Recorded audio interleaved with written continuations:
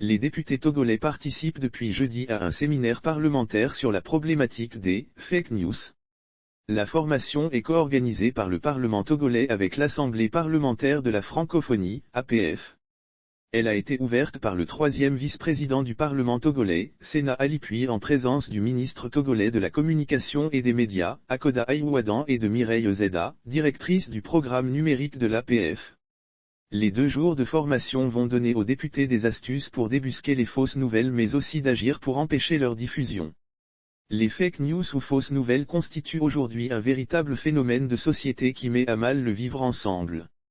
Phénomène aussi vieux que le monde, son ampleur ne cesse de poser des problèmes dans les processus démocratiques des États.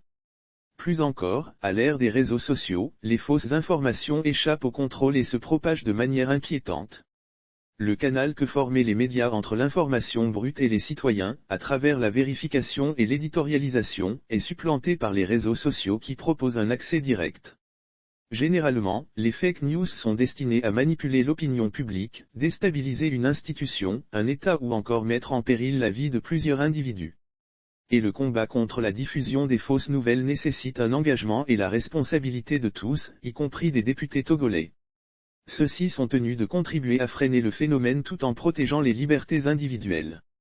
Le casse-tête fake news, c'est à raison que le séminaire est placé sous le thème « Entre protection des libertés et répression des dérives, le législateur togolais face à la désinformation ».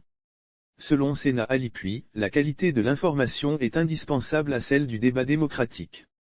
Il estime qu'il est donc nécessaire que l'intervention du législateur soit prudente dans cet univers informationnel singulièrement inquiétant. Le but du séminaire n'est pas de limiter l'émission de fausses informations, mais bien de limiter leur diffusion. En effet, il n'est nullement souhaitable, dans une démocratie, d'empêcher les citoyens de partager les informations qu'ils souhaitent, qu'elles soient vraies ou fausses. Pour autant, nous devons d'agir sur l'écosystème qui permet aujourd'hui à des acteurs malveillants d'atteindre facilement une certaine viralité. Il doit faire l'objet d'un encadrement plus systémique, a affirmé les députés. Au Togo, plusieurs dispositions normatives ont été prises pour réprimer les diffuseurs de fausses nouvelles dans l'intention de nuire. Le Code de la presse et de la communication de janvier 2020 punit en son article 153 la propagation de fausses nouvelles lorsqu'elles sont susceptibles de troubler la paix et l'ordre public.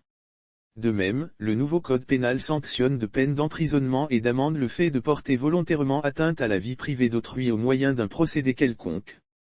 Malgré ce cadre juridique essentiellement répressif, il est difficile d'appréhender les nouveaux modes de propagation de fake news.